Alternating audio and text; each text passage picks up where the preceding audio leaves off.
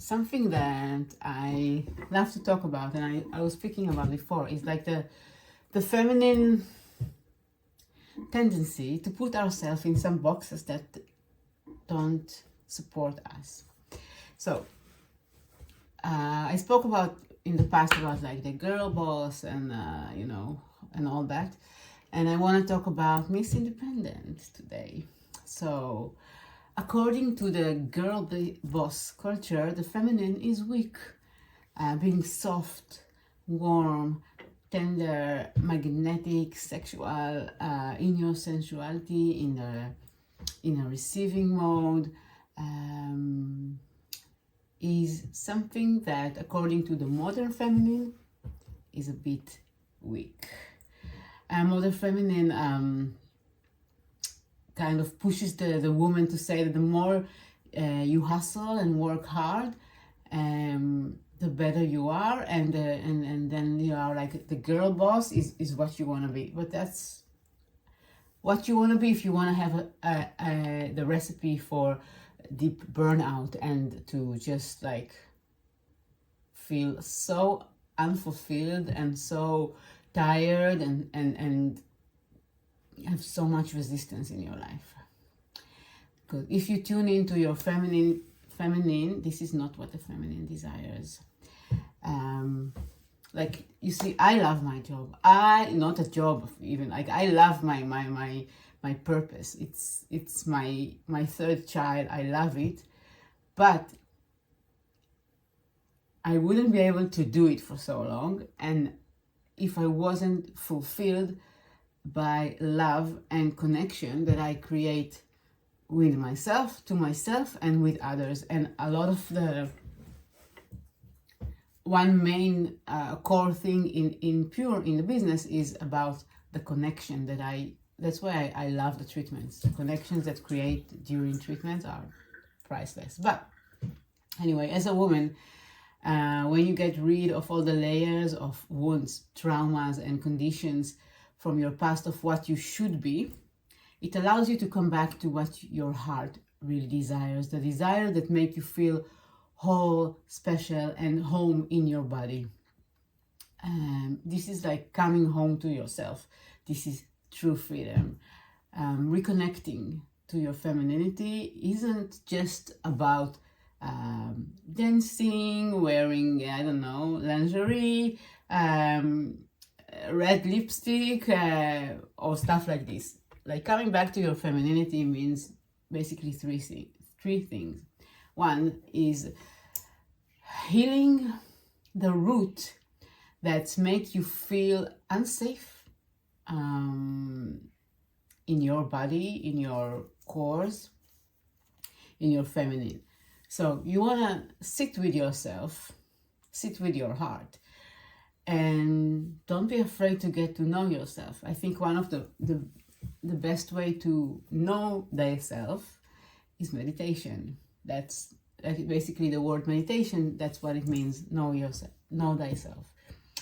Number two, have the tools to know how to regulate and stabilize your nervous system. For many reasons, but it's first of all is for you to feel safe, to feel calm and relaxed, and then you can approach everything in your reality. Like I think knowing how to regulate our nervous system and shortening the emotional reaction to things in our life is like one of the most important tools we can have and maybe teach our children. Another thing it will help you when you're regulated in your nervous system is the ability to say no, to draw boundary with yourself, with others. No is a beautiful word, just like yes. Number three,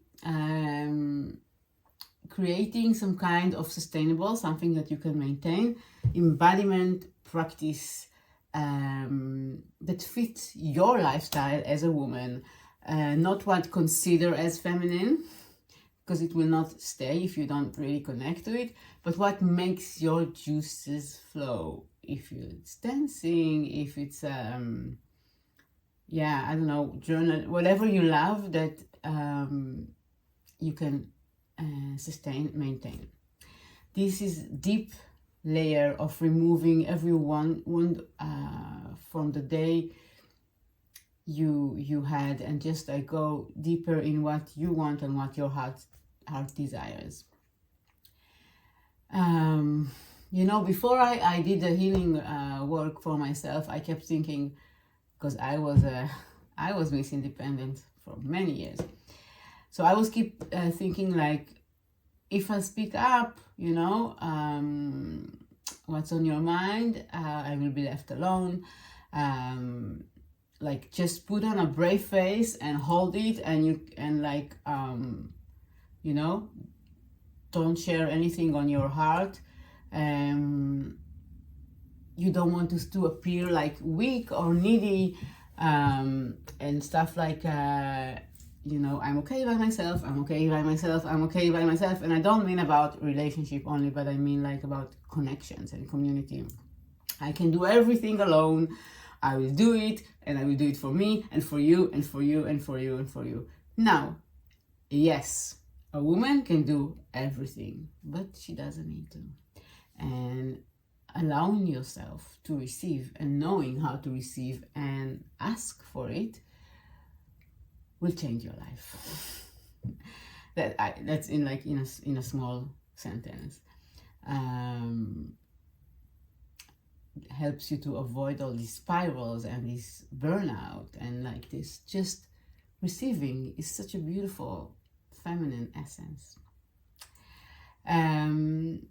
You can start by giving yourself a sacred time when you connect to yourself. Like, mute everything outside, learn about your own boundaries.